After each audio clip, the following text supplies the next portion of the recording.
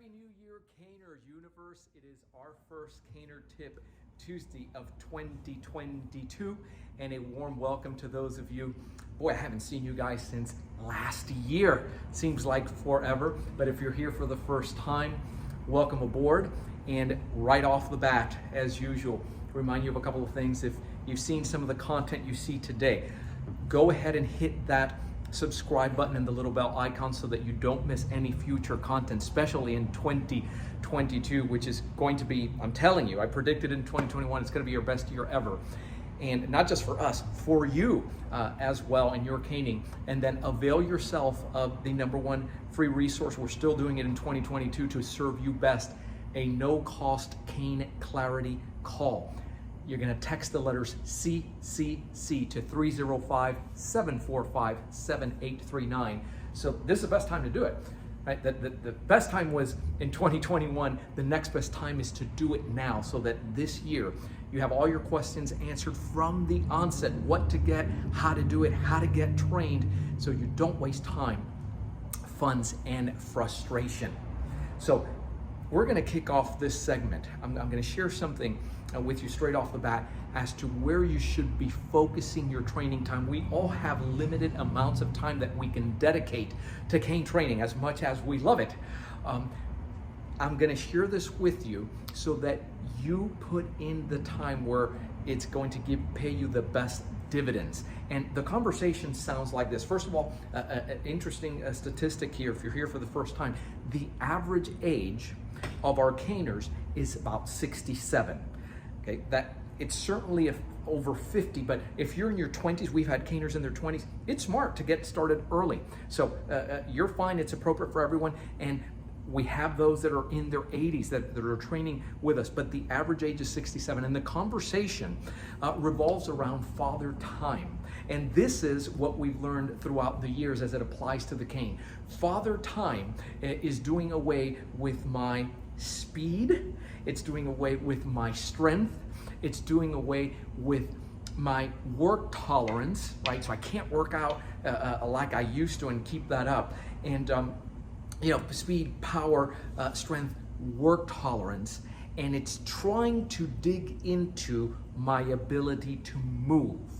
And that's what we need to pay attention to, is to start with mobility first. And you've heard me before talk about strengthen and lengthen. I'm all about that. I have my background in exercise physiology. I'm all about that.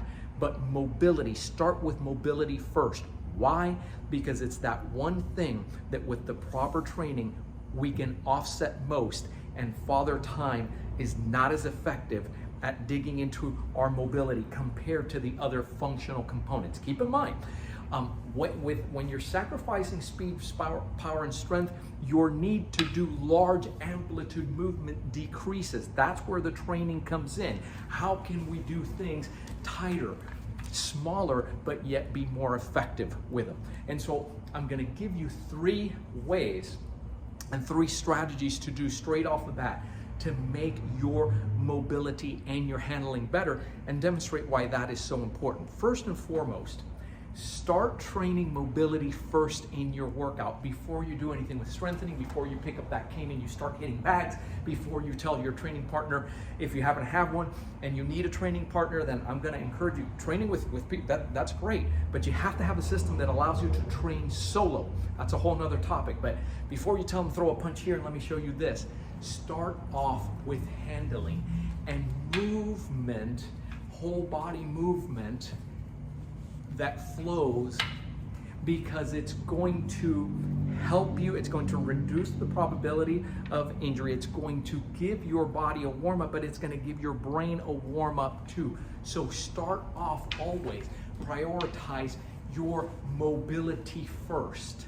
And if you don't know how to do that and how to keep that going, we can go ahead and show you. Notice that when I'm moving, there's small steps. That's tied into the footwork. But start with handling first. By the way, every movement that I'm doing there has a self-defense application. It's beyond the scope of today's presentation to go ahead and show you exactly how that ties in, but I've done it before. Rule number 1, prioritize your mobility. Along with that, train whatever needs to be, wherever you need the most improvement, go ahead and put that also first and early in the workout, because that's where you have the most energy, right? And so, for instance, non-dominant hand training. So the majority of, I always like to say in ACSD, we don't have non-dominant. Our goal is to not have a non-dominant hand.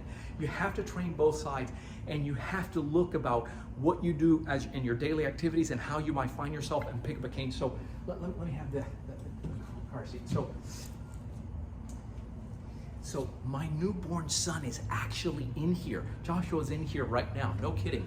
And you know, I'm often thinking, well, if I'm going with a car seat, you know, with the cane, and I have that car seat on my right hand and I have that cane on my left, I have to have the ability as I'm moving in there to be just as effective with that left hand as I am with my right. And handling mobility, the ability to do that. I don't have the luxury, if I'm getting out of the car vehicle, I'm picking this up, I already have to have that cane in hand, right? And so I have to be ambidextrous with that. If that's coming, the rules apply, the strategy. Train as such. The cane precedes you. That's a tactical principle. So no longer half body concept. No longer are you seeing me like this. I step back, I put this here, and this is what you're seeing, because I can't put him down, right? It's just an example, and this could be a you know, bag of groceries that you have. Train with books in your hand, your keys, right? You see yourself in this situation, right? You're taking out the keys and you're moving in here. Well, how do I go into how can I launch quickly? Do you see how I'm going just from here, plugging in a key and coming out, wow, in a reverse grip where I can hook to the body, hook to the head. This is important. This is all part of mobility training. Handling, right, is how you handle that cane.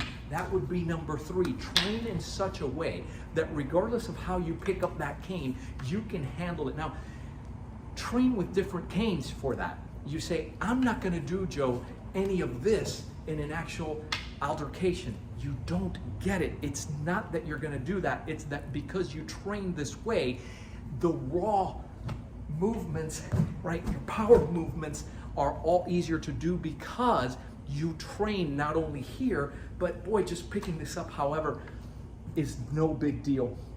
Let me have, so train, get a smaller cane, right, the lighter cane, boxing cane, move with that cane as well. See what that does for your brain. Train both sides, train up close, right, move in here, right, get 2 canes. Those of you that are in masters, you're more advanced, the handling of that, right? The ability to move one cane, one speed, do one thing with one cane, right, versus the other cane. Why do you train like that? Joe, we're not gonna do that in an actual fight. Neither is a boxer going to hit a speed, neither is a boxer who hits a speed bag and does this, nor is he's not gonna go into the ring and do this, nor will he do it in a self-defense. But why does he do that? Because it trains timing, it trains rhythm. Combat has timing and it has a rhythm to it. And then of course, when you pick up your carry cane, so now here's a Raven, right? Oh, gotta handle that as well. That's your big boy. He's gonna feel heavier depending on what you've been using, but train with different canes. Train with different canes. And I'll give you this as a 4th. Whenever you can, get your strength training, do it with your mobility training. Now, I just told you to prioritize your mobility training. Do it first in the training because that's when you have most energy. But take something like squat. And I've often spoken about how even if you have an injury, we have to find ways to circumvent, but squatting, the ability to come down here and come back up, get up from a chair, that's a skill that every caner should work on, right? And if you can't do it and you have an injury, start planning now how you can do that, how you can explode from your seat. But if I'm doing squats here, right, go, boom, handle, right? Switch, go back to that squat. Go into push-ups. So toss me that cane. When I clap, just toss it to me. So if I'm over here doing push-ups and I'm able to do push-ups here, and I say boom, toss, pop, right, move right in. Give it back, go back into your push-ups, go back and forth. right? You always have to start this off based on what you can do. And guys, I want to encourage you, all of you, listen to me, look at me. I want to encourage you, wherever you are right now, whatever your starting point is, yes, you can. You're looking at some of this and that is potential. This is how you would structure a training in such a way that it is congruent with scientific principles, right, of training, how to put it together. But you say, I can't do that. I get that. I want to hear what you can't do, what the limitations are, but I'm more interested in what you can do, because what you can do is usually so much more than what you can't. And that's why we exist here at American Cane Self-Defense. I want this 2022 to be your best caning year ever. I want you to jump into this journey and discover it. It has been for hundreds, right, that have come through here and discover just how rewarding this path can be. But there is a step-by-step structure. That's why I encourage you. It all begins with that call, that CCC text, the letter CCC to 305-745-7839. Let's schedule that call, or just go ahead and call us straight, 800-289-8188. I'm Joe Robaina for American Cane Self-Defense. Looking forward to your best caning ever in 2022.